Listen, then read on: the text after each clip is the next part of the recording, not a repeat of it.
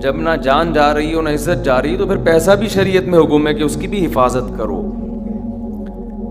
دنیا مسافر خانہ ہے، میں بار بار بیان میں کہتا ہوں، میں کیا کہتا ہوں، قرآن کہتا ہے، لیکن اس کا مطلب یہ نہیں ہے کہ اس میں چیزیں پھینکنا شروع کر دو آپ، کہ یار ویسے ہی گزر جائے گی تو کوئی بات نہیں، اڑا دو، ختم کر دو، مر جائیں گے تو ویسے ہی ختم ہو جائے گا۔ تو مر جائیں گے تو ختم ہوگا، لیکن اس سے پہلے ختم ہو گیا تو ٹائم سے پہلے مر جائیں گے۔ سمجھ رہے ہیں؟ اعتدال ہے نا اسلام میں، نہ ان چیزوں سے دل لگاؤ۔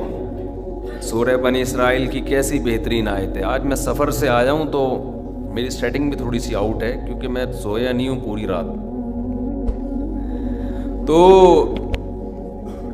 قرآن کے الفاظ دیکھیں، لا تجعل یدک مغلولۃ الی عنقک، نہ تو اتنے کنجوس بن جاؤ کہ اپنے ہاتھوں کو گردن سے باندھ لو، ولا تبسطها کل البسط، اور نہ اپنے دونوں ہاتھوں کو ایسے پھیلا کے اڑانا شروع کر دو، وابتغ بین ذلک سبیلا، ان دونوں کے درمیان اعتدال والا راستہ اختیار کرو۔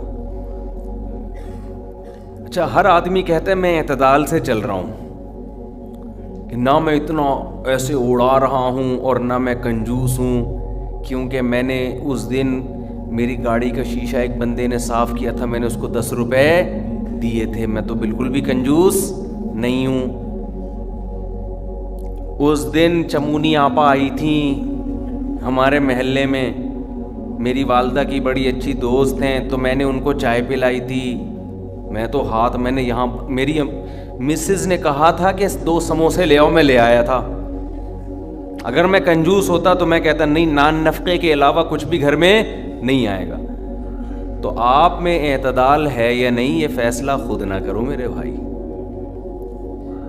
کبھی کچھ دن سخی لوگوں کے ساتھ گزارو تو ہم سب کو پتہ چلے گا کہ ہم سب کیا ہیں، کنجوس ہیں۔ سمجھ رہے ہو؟ ہم سب کنجوس ہیں۔ کچھ دن سخی لوگوں میں اٹھو بیٹھو۔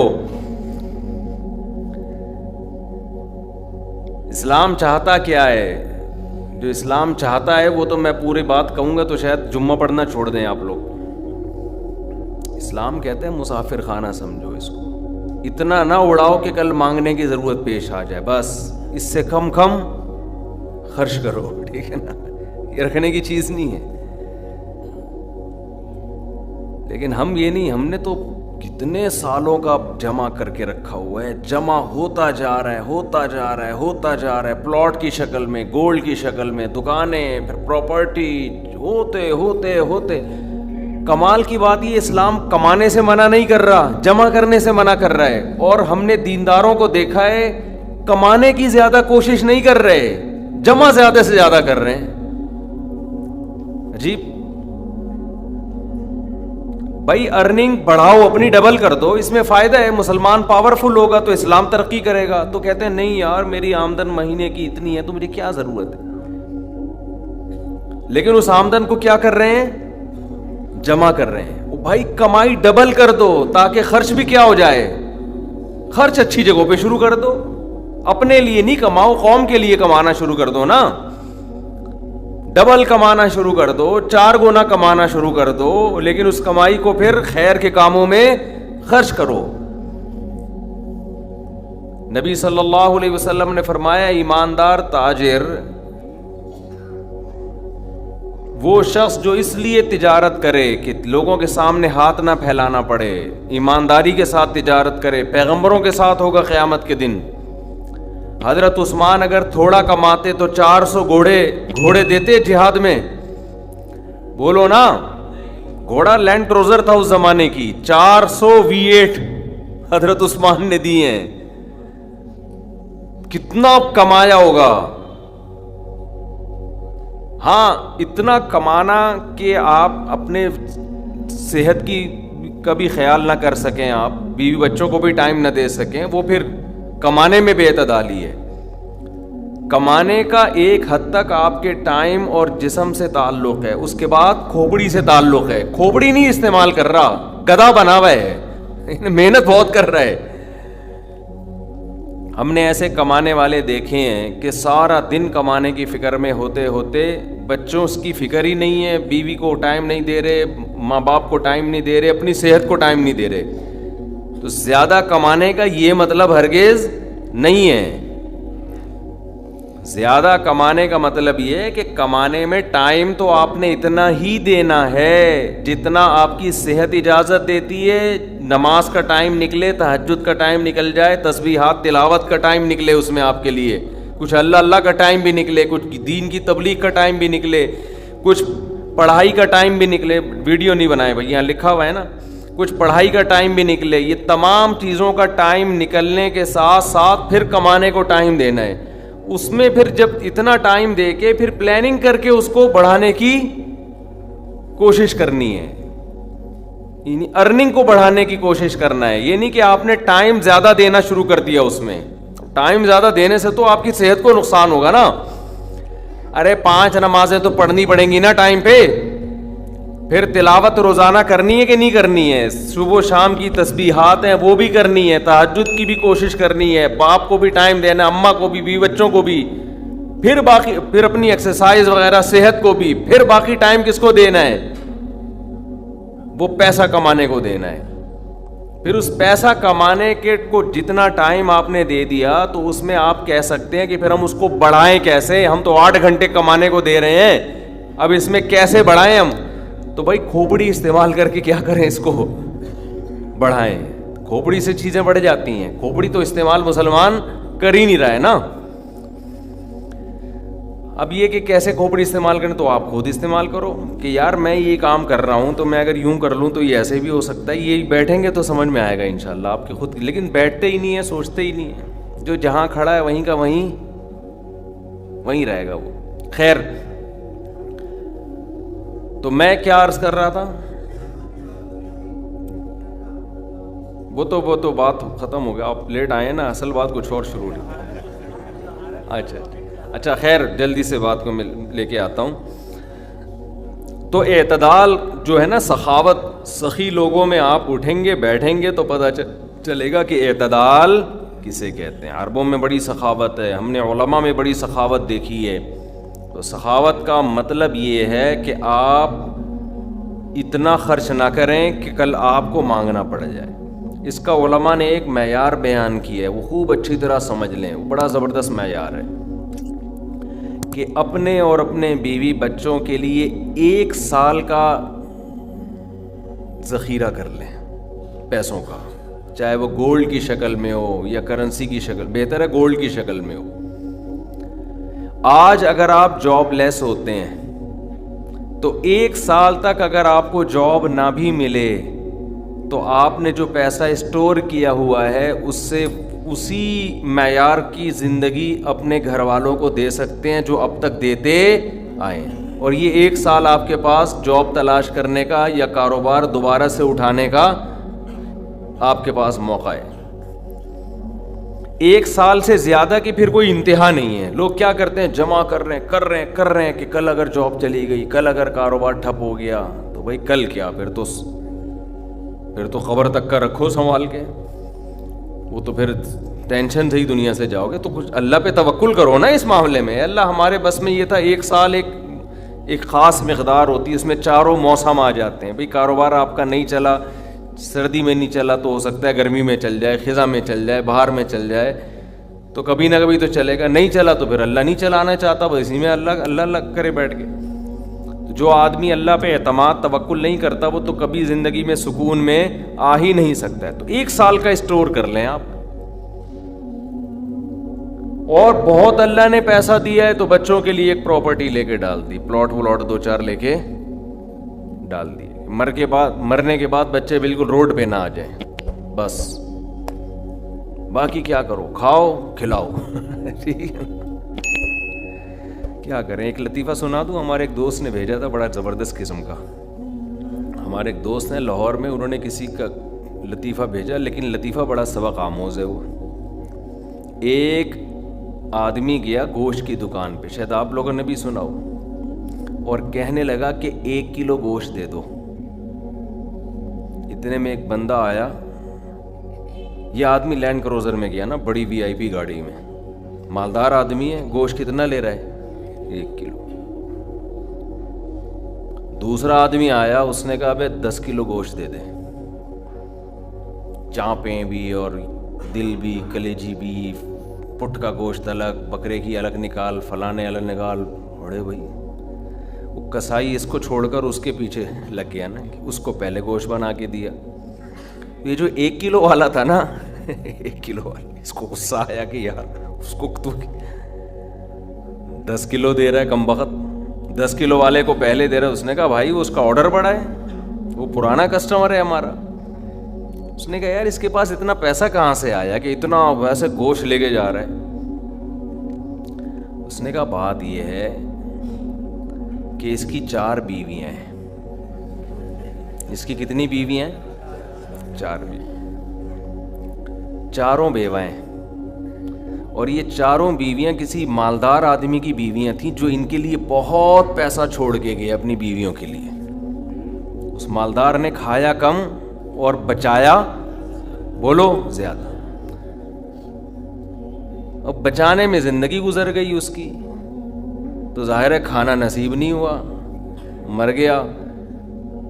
وہ مر گیا جب میں نے اس اسٹائل سے کہا نا تو مجھے وہی یاد آ گیا لڈن جعفری, اللہ مر گئے پھر دوبارہ زندہ ہو گیا. کچھ اسٹائل اچھا تھا. تو بچایا نہیں اور بچا کے مر گیا. اب ظاہر ہے بیوی جو تھی ان کو پیسہ مل گیا ٹھیک ٹھاک. اب ان کے پاس پیسہ ہے, بندہ مارکیٹ سے شارٹ ہے. عورت کو ظاہر ہے پیسے کے ساتھ شوہر بھی تو چاہیے نا, اس میں بھی ڈیزائرز ہیں, اس کو بھی ضرورت ہے میاں کی. تو یہ غریب کا جذبہ تھا 4 شادیاں کرنے کا نا, تو یہ کرتا چلا گیا. پرانے والے کا سارا پیسہ کس کے پاس آ گیا؟ اب یہ بیوی کے خرچے پہ کھا رہا ہے, یہ بچا نہیں رہا. ظاہر ہے عورت کا پیسہ ہے, تو یہ دوسرے کے پیسے پر ان کی بیویوں سے شادی بھی کی ہوئی ہے اور اس دوسرے کے پیسے پر کھا بھی رہا ہے. اس لیے یہ 10 کلو گوشت لے کے جاتا ہے. سمجھ رہے ہو؟ اس نے فوراً کہا میرے لیے بھی 10 کلو بنا دے, میں نہیں چاہتا میرے مرنے کے بعد میرا ہوا بچا پیسہ کوئی اور بے غیرت استعمال کرے. معذرت کے ساتھ, ابے پہلے خود تو کھاؤ. اس وقت جو تمہاری حاضر سروس بیوی ہے, بولو تم جب تک میری بیوی ہو تو کھاؤ, ٹھیک ہے نا, تم بھی کھاؤ میں بھی کھاؤں گا. مر گئے تو بھائی وہ اس کے لیے نکاح کا دروازہ, اور جب ہمارے بیانات چل رہے ہیں تو یہ تو اور دروازہ کھل گیا ہے. پہلے تو بیوہ کو رشتہ ہی نہیں ملتا تھا نا, اب تو بہت سی بیوہ ایسی مارکیٹ میں آ گئی ہیں, پیسہ بہت ہے, بندہ نہیں ہے, ہم اپنے خرچے پہ شادی کرنے کے لیے تیار ہیں, کوئی شریف آدمی مل جائے ہمیں. اب تو ایسی بیوہ بہت آ گئی ہیں مارکیٹ میں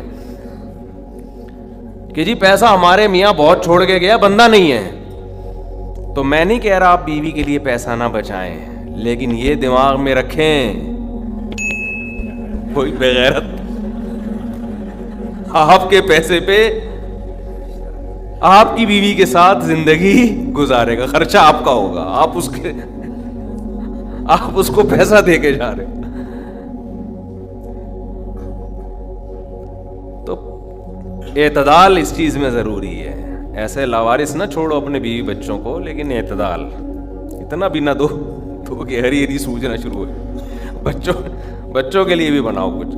خیر, کہاں سے کہاں بات چلی گئی یار.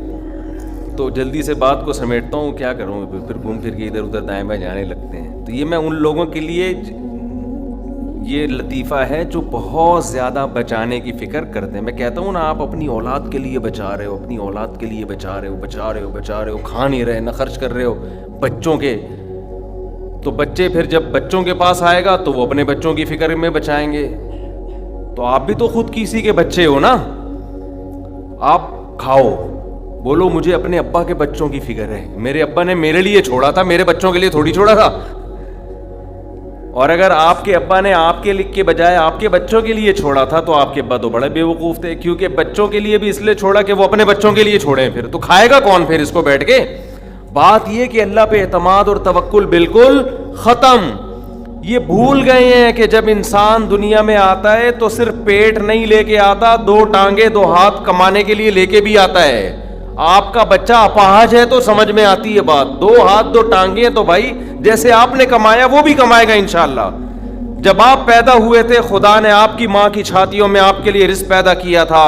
آپ کا بچہ پیدا ہوا تو اس کی ماں کی چھاتیوں میں بھی خدا نے رزق پیدا کیا ہے. تو اس کا مطلب رزق بچہ لے کر آ رہا ہے. تو فکر کرو اعتدال کے ساتھ, اس کو سروں پہ مسلط نہ کرو, مسلط نہیں کرو. مسلط اتنی کرو کہ بس میں نے کمانا ہے, بیوی بچوں کو فی الحال کھلانا ہے میں نے, اس کے علاوہ رزق کے دروازے کھل رہے ہیں تو کھلے, جتنا اللہ کھول دیتا ہے. بعض دفعہ نہیں کھولتا اللہ تعالیٰ, یبسط الرزق لمن یشاء ویقدر, جس کے لیے چاہتا ہوں رزق کھول دیتا ہوں, جو جس کے لیے نہیں چاہتا وہ ایڑیاں کس رگڑ لیتا ہے مگر رزق کا دروازہ نہیں کھلتا. تو ٹینشن کس بات کی ہے, یہ تو اللہ کے ہاتھ میں ہے. آپ نے کوشش کرنی ہے, نتیجہ آپ کے ہاتھ میں نہیں ہے. اللہ غریب رکھے تو بھی خوش, انجوائے کرو یار, جس نے مجھے کھلا دیا تو بس میری ضرورت بھی 2 پراٹھے ہیں تو میرے بچوں کی بھی یہی ضرورت ہے, اللہ ان کو بھی کھلا دے گا. اللہ میں لاہور سے آیا ہوں, پراٹھا آتے ہی پراٹھا کھایا ہوٹل پہ جا کے, اتنا مزہ آیا کہ سبحان اللہ, نہیں ملتے پنجاب میں یہ والے پراٹھے. یہ چیز نہیں ہے پنجاب میں. پنجاب میں لسی ہے, پائے ہیں ہوں گے بھائی, یہ چیز نہیں ہے بھائی. رفیع بھائی بہت دیکھ لیا, مایوس ہوتے ہیں نا انسان جا کے, وہ ناشتے کا وہ لک ہی نہیں آ رہا ہوتا. تو ہماری ضرورت بس یہی ہے. تو اللہ دے دے تو ٹھیک ہے بھائی, کچھ بہت دے دیا, کھا بھی لیا, استعمال بھی کر لیا, تو چلو یار ایک آدھ بحریہ ٹاؤن میں بچوں کے لیے پلاٹ بنا کے چھوڑ دیا, مرمر آ جائیں گے تو چلو. اس سے زیادہ tension tension tension tension tension آخرت کی ہے.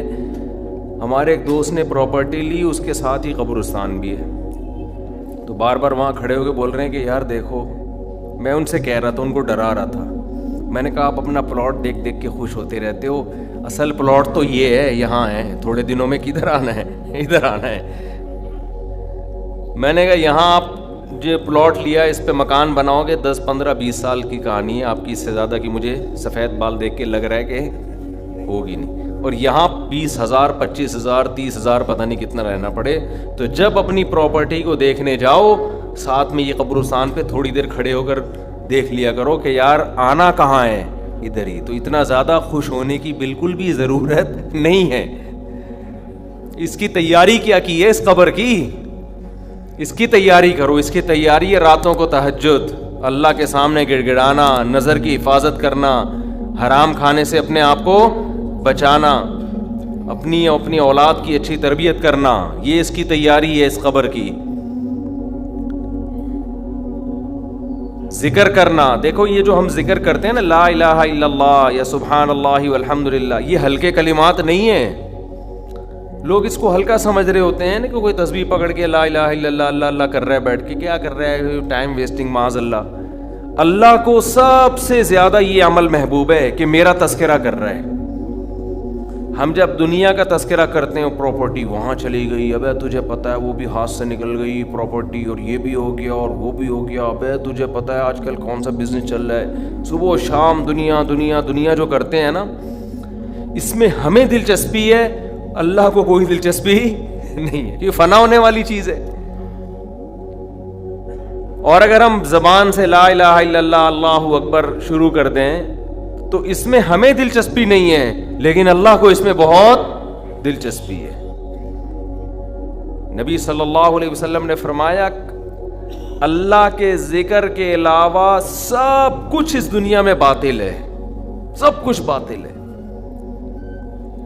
دنیا کا تذکرہ بھی اللہ کے لیے ہو تو اچھا ہے. آپ پراپرٹی بھی لے رہے ہیں تو یار اللہ کے لیے لے رہا ہوں میں, کہ اللہ کا حکم ہے کہ سب اڑاؤ نہیں, کچھ اگر اللہ نے وسائل دیے تو کچھ بچا لو اولاد کے لیے, تو اللہ کا حکم ہے, تو یہ ذکر بن جائے گا. لیکن ہمارے ایسا نہیں ہے, ہمارا